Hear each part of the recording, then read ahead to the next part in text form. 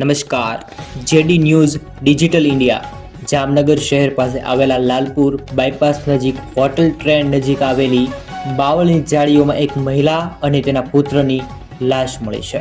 પોલીસને લાશ મળે છે. પોલીસ કાફલાને જાણ થતાં જ ઘટના સ્થળે તાત્કાલિક પહોંચી તપાસમાં મહિલા અને તેની બાળકીનું ગળું કાપીને હત્યા કરવામાં આવી છે અને હાહાકાર મચી ગયો છે. પોલીસ તપાસમાં પતિએ જ હત્યા કરી છે. પોલીસ તપાસમાં જાણવા મળ્યું છે કે હાલ રાજકોટ તેનો પતિ હત્યા કરીને ભાગ્યો. પોલીસ દ્વારા તે દિશામાં તપાસ પણ કરવામાં આવી. જોકે પતિ મોડી રાતે રાજકોટ પોલીસ સ્ટેશનમાં હાજર થઈ ગયો હોવાની જાણકારી મળી છે.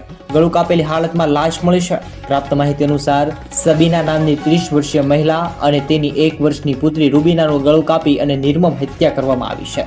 પોલીસ ટીમ દ્વારા આગળની ઘણી બધી તપાસ કરવામાં આવી રહી છે. સમગ્ર ઘટના અંગે પોલીસ દ્વારા આરોપી પતિ સામે હત્યાનો ગુનો નોંધી અને આગળની વધુ તપાસ કરવામાં આવી રહી છે.